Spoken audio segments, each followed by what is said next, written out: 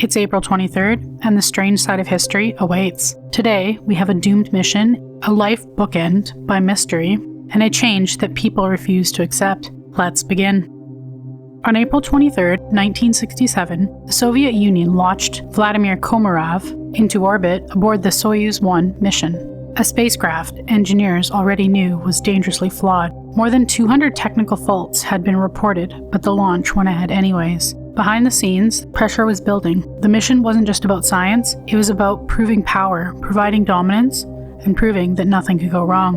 And Komarov understood that. He also knew something else. If he refused to fly, his backup would take his place, his friend Yuri Gagarin. So he made a choice. He boarded the capsule, knowing he might never return.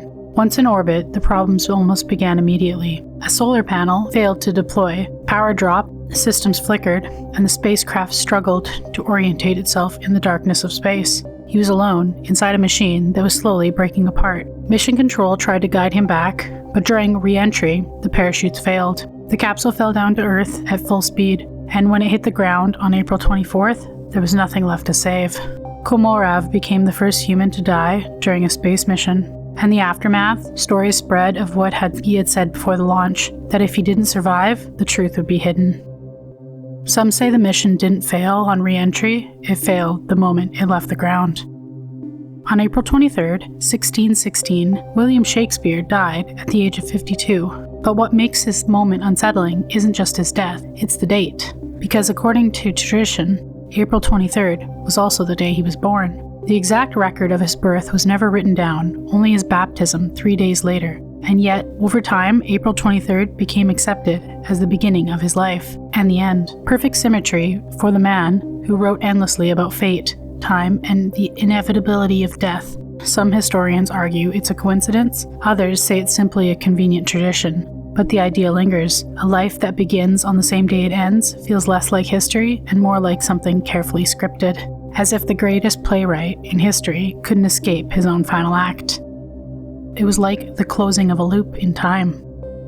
On April 23rd, 1985, the Coca-Cola Company made an announcement that would spiral into something far stranger. For the first time in nearly a century, they were changing their formula. After 99 years, the original drink that people had grown up with, trusted, and memorized was being replaced by something new. Sweeter, smoother, and tested. Nearly 200,000 blind taste tests had pointed to the same conclusion. People preferred it. So the company moved forward confidently. They called it New Coke.